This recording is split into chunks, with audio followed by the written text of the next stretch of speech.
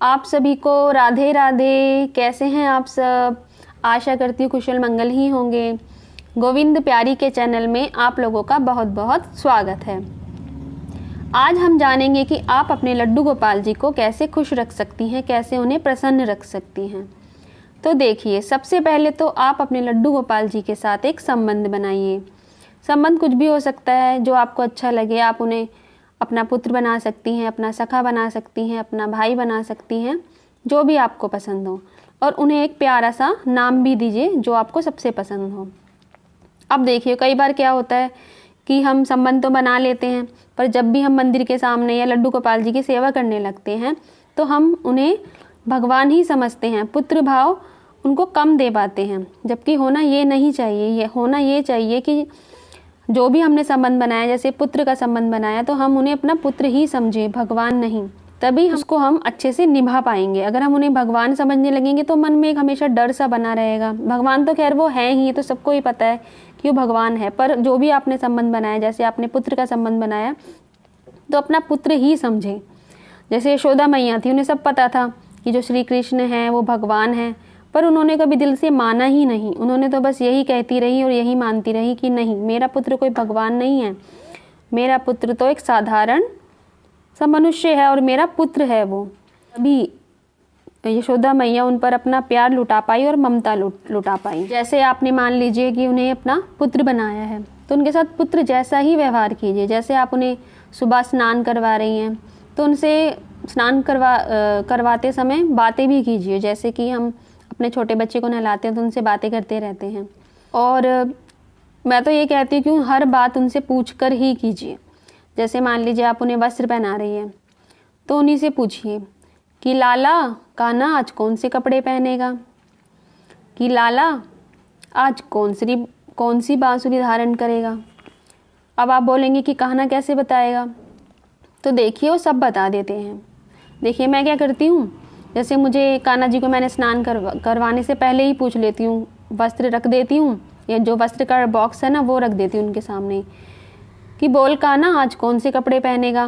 तो एकदम से बिना सोचे समझे जो अंतर मन से जो भाव आता है कि गुलाबी वाली, नीली वाली, हरी वाली, तो बस वही होता है। जो भाव आया वह समझिए कि आपके लड्डू गोपाल की ही आवाज़ है, वही चाहते हैं आप। जैसे कि बांसुरी रख देती हूँ मैं उनके आगे, 2-3 जो भी हैं, कि आज कौन सी धारण करेगा। ठीक है, तो मन में एकदम से आता है कि माँ मोती वाली, कुंदन वाली, मोर वाली, जो भी है मैं उसके हिसाब से ही फिर उन्हें वही धारण करवाती हूँ। तो जैसा जैसा वो बताते जाते हैं वैसे वैसे मैं उनकी सेवा करती जाती हूँ। तो आप भी ऐसे कीजिएगा।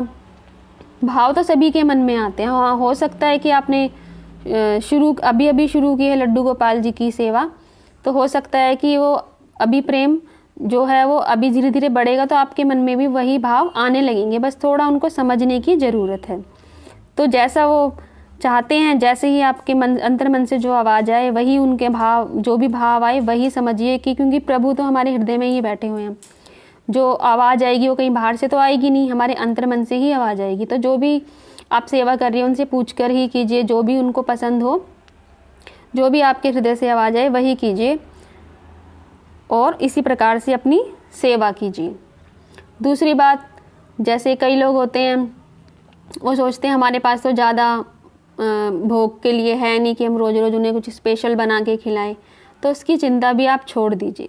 जो हमारे कान्हा है ना लड्डू गोपाल जी, वो तो सिर्फ भाव के भूखे हैं, प्रेम के भूखे। जो भी आपके पास अवेलेबल हो उसी का भोग लगा दीजिए। जैसी आप सेवा कर पा रही हो शुरू में, आप वैसे ही कीजिए, क्योंकि जो हमारे लड्डू गोपाल जी है वो तो प्रेम के ही भूखे हैं। अब ये कथा आपने सुनी ही होगी कि उन्होंने दुर्योधन के 56 भोग छोड़कर विदुरानी जी के केले के छिलके खाए थे। क्यों? क्योंकि जो भी उन्होंने, विदुरानी ने जो केले के छिलके खिलाए उसमें प्रेम था, एक भाव था उनके लिए, एक प्रेम था। इसीलिए जो भी उन्हें प्रेम से आप खिलाएंगी, जो भी अवेलेबल हो उसे प्रभु स्वीकार करते हैं। एक बात और कि जो जितनी भी आप सेवा कर पा रही हैं, मान लो आपने अभी सेवा शुरू करी है, तो आप सभी नियम, तो क्या होता है शुरू में हम कर नहीं पाते, वो धीरे धीरे ही बढ़ने लगते हैं। तो आप जितनी भी सेवा कर पा रही हैं, उसे जो भी कर पा रही हैं उसे बस आप मन से कीजिएगा, प्रेम से कीजिएगा। किसी दिखावे के लिए तो बिल्कुल मत कीजिएगा। जो लड्डू गोपाल जी की सेवा है ना, वो बहुत ही सौभाग्य से मिलती है, और अपने आप को सौभाग्यशाली समझे और प्रभु को धन्यवाद दें। और बस अपना मन प्रभु में लगा दीजिए, सब कुछ उन्हीं पर छोड़ दीजिए। उनसे कहिए कि प्रभु मैं कुछ नहीं जानती, जैसा आप चाहें वैसी सेवा मुझसे करवा लीजिएगा। और फिर देखिए आपके लड्डू गोपाल जी आपसे कैसे प्रसन्न होते हैं और कैसे आप पर कृपा की बरसात करते हैं। आशा करती हूँ आप सबको ये वीडियो अच्छी लगी होगी। लाइक कीजिए, सब्सक्राइब कीजिए और शेयर कीजिए। राधे राधे।